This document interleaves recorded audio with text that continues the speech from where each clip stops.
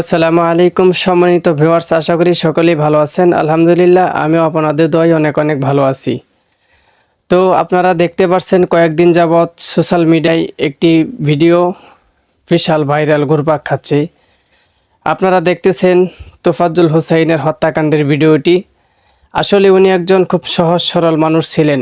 ওনার মা বাবা পৃথিবীতে নেই, ভাই বোন কেউই নেই। উনি আসলে মানসিকভাবেই অসুস্থ। ওনারা মারা যাওয়ার পর থেকেই উনি একজন খুবই সাধারণ মানুষ ছিলেন। মানুষের ধারে ধারে ঘুরে মানুষের কাছ থেকে চেয়ে তার পেট চালাতেন এবং তিনি ভুল করে ওখানে ঢুকে গিয়েছিলেন অল্প কয়টা খাবারের জন্য।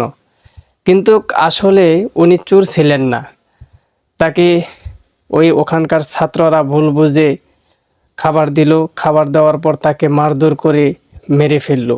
আসলে বিষয়টি আমাদের এই থেকে এটাই শিক্ষা নেওয়া উচিত যে আইন কখনোই নিজের হাতে তুলে নেওয়া উচিত না।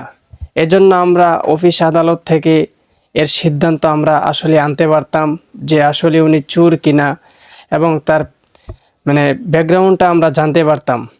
আসলে কাউকে শাস্তি দেওয়ার আগে আমাদের তার বিষয়ে মূল বিষয়টি জানার দরকার। আসলে উনি অপরাধ করছেন কিনা তার বিষয়ে খোঁজখবর নিয়ে তারপর তাকে শাস্তি দেওয়া উচিত।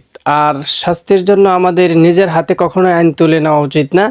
এজন্য অফিস আদালত আছে, আমরা সেখানেই আইনের ব্যবস্থা নিতে পারবো।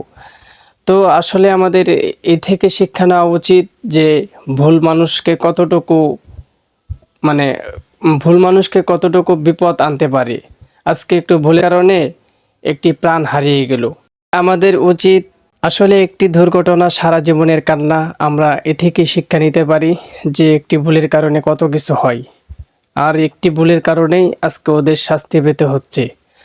তাই আমরা যে কোনো একটা বিষয় করার আগে আমরা একটা বিষয় বারবার ভেবে নিব, একবারের জায়গা 100 বার ভাববো, তবুও আমরা একটা বিষয়কে কখনোই ভুল করে ফেলবো না। একটি ভুল সারা জীবনের কান্না, এই কথাটি আমরা সবসময় মাথায় রাখবো।